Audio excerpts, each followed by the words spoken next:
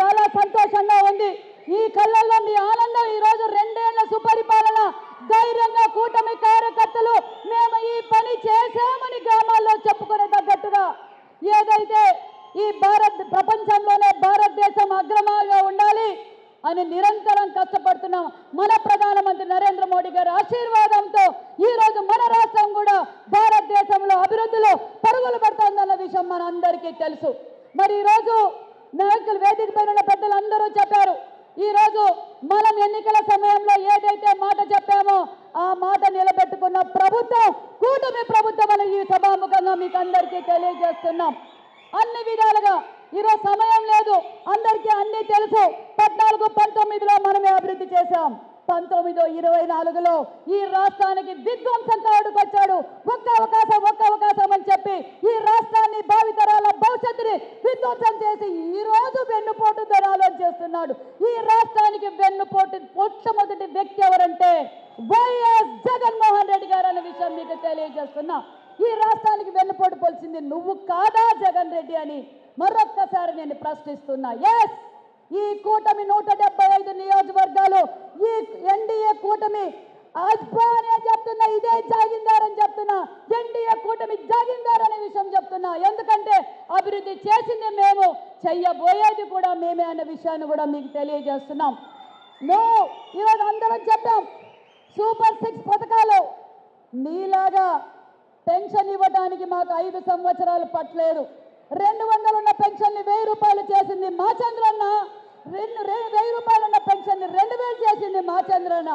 మరి నువ్వు 3000 పెన్షన్ ఇస్తానని చెప్పి 5 సంవత్సరాలు మరి పెన్షన్దారులకు వెన్నుపోటు పడిచింది నువ్వు కాదా జగన్ రెడ్డి అని నేను ఈ సభాముఖంగా మిమ్మల్ని అడుగుతున్నా. అమ్మఒడి ఇంకా ఎంతమందికి ఇస్తా అంతమందికి ఇస్తానని చెప్పి ఒక్కరికి తల్లి వందనం ఇచ్చి పిల్లలకు వెన్నుపోటు పడిచింది నువ్వు కాదా జగన్ రెడ్డి అని నేను ఈ సభాముఖంగా మేము అడుగుతున్నాం. ఈ రోజు ఇంట్లో ఎంతమంది బిడ్డలుంటే అంతమందికి మేము తల్లికి వందనం ఇచ్చాం. అది కూటమి ప్రభుత్వం అంటే అనే విషయం మీకు తెలియజేస్తున్నాం. నీకు గ్యాస్ సిలిండర్లు రేటు పెంచడం తెలుసు. ఈ రోజు మహిళలు పడుతున్న కష్టాలు తెలిసిన కూటమి ప్రభుత్వం మా చంద్రన్న దీపం 1 ఇచ్చింది చంద్రన్న, దీపం 2 ఇచ్చింది చంద్రన్న. మహిళలకు వెన్నుపోటు పడిచింది నువ్వు కాదా జగన్ రెడ్డి అని కూడా నేను ఈరోజు ప్రశ్నిస్తున్నా. ఇలా అన్ని పథకాలను మేము అమలు పరుచుకుంటూ వస్తున్నాం.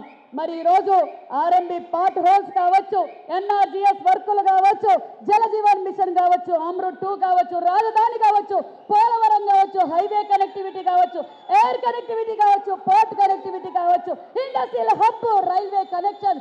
ఈ రోజు నీ 175 వర్గాల ఇన్ఛార్జీలను నేను ప్రశ్నిస్తున్నా. ఎవరైనా ఏ డిపార్ట్మెంట్ పైన చర్చించడానికి సిద్ధమైతే రా జగన్ రెడ్డి వైసీపీ పార్టీని మేము అడుగుతున్నాం. ఇక్కడ వేదిక పైన అందరు ఎమ్మెల్యేలు మేము మాట చెప్తున్నాం.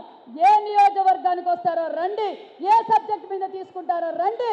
ఈ రోజు మరి కూటమి ప్రభుత్వంలో అధికారుల సహకారంతో మరి ఎప్పుడు నిరంతరం ప్రజా పరిపాలనలో ఉంటున్నది కూటమి నాయకులు, కూటమి ప్రజాప్రతినిధులు అన్న విషయాన్ని కూడా మీకు అందరికీ తెలియజేస్తున్నాం.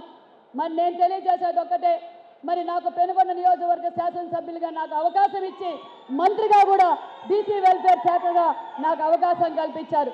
ఈ రోజు ఒక బీసీ వెల్ఫేర్ మంత్రిగా, చేనేత సంక్షేమ శాఖ మంత్రిగా నేను కూడా తెలియజేస్తున్నా.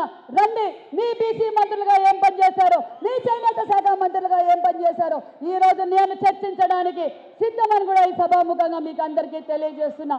మరి మన జిల్లాలో బీసీ హాస్టల్స్, బీసీ గురుకులాలకు మరి సుమారుగా 50 కోట్ల రూపాయలతో మరమ్మతులు చేపించాం. కొత్త బిల్డింగులు కూడా నిర్మాణం చేస్తున్నాం.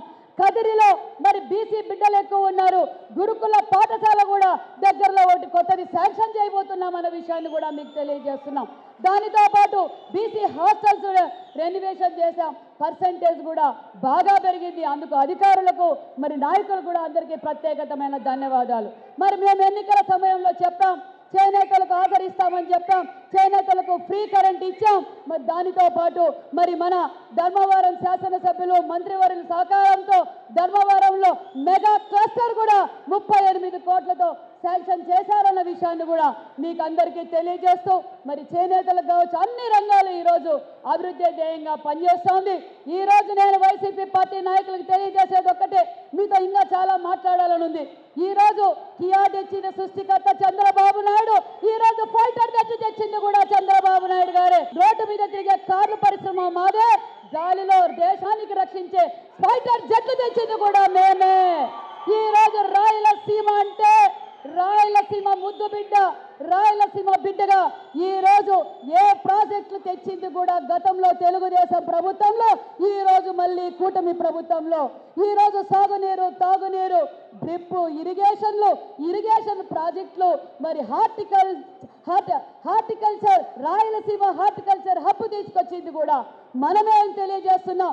మీలాగా మేము సినిమా సెట్టింగ్లు వేసుకోలేదు జగన్ రెడ్డి గారు, మేము నీలాగా సినిమా సెట్టింగ్లు వేసుకోలేదు. మీ నాయకులు రమ్మానండి, వెన్నుపోటు దినాలు చేస్తున్నారు కదా.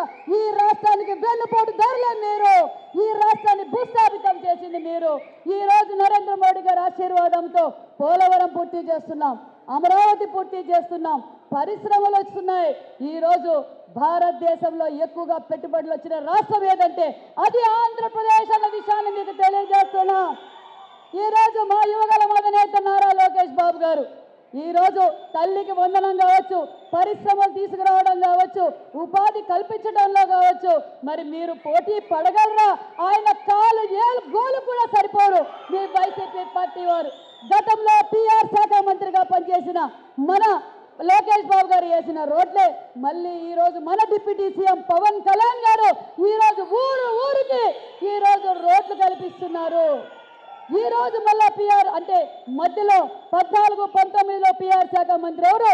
మరి 19-24లో నిద్రపోయిందా మీ శాఖలని అని కూడా ఈ సభాముఖంగా మీకు తెలియజేస్తున్నా. ఖచ్చితంగా మరి ఇదంతా ఎంపీ గారు చెప్పినట్లు, పెద్దలందరూ చెప్పినట్లు మనం అంతా ప్రజల్లోకి వెళ్ళాలి. ఖచ్చితంగా దగ్గరలో మనం పెన్షన్లు ఇవ్వబోతున్నాం, హౌసింగ్ ఇవ్వబోతున్నాం, మరింత అభివృద్ధి పరిపాలనగా మనం చేయబోతున్నాం అన్న విషయాన్ని కూడా తెలియజేస్తూ మరింత మనం అందరం కలిసి, ఎందుకంటే సత్యసాయి జిల్లా అంటే కూటమి అంటే సత్యసాయి జిల్లా, మరి ఇలాగే మనం అందరం కలిసి ఉండాలి. మరి నరేంద్ర మోడీ గారు ఈ భారతదేశంలో ఇప్పుడిప్పుడే విత్తనాలు నాటుతున్నారు. ఆ విత్తనాలు చెట్టయి మరి ఒక మొక్కయి చెట్టయి ఫలం పండాలంటే 15 సంవత్సరాలు మనం ఇలాగే కూటమి ప్రభుత్వం మళ్ళీ మన కూటమి ప్రభుత్వం అధికారంలో ఉండాలని కూడా ఈ సభాముఖంగా తెలియజేసుకుంటూ కూటమి ప్రభుత్వం భావితరాల భవిష్యత్ కోసం ఈరోజు నిరంతరం కష్టపడుతుంది అన్న విషయం కూడా తెలియజేస్తూ జై తెలుగుదేశం, జై కూటమి. Thank you.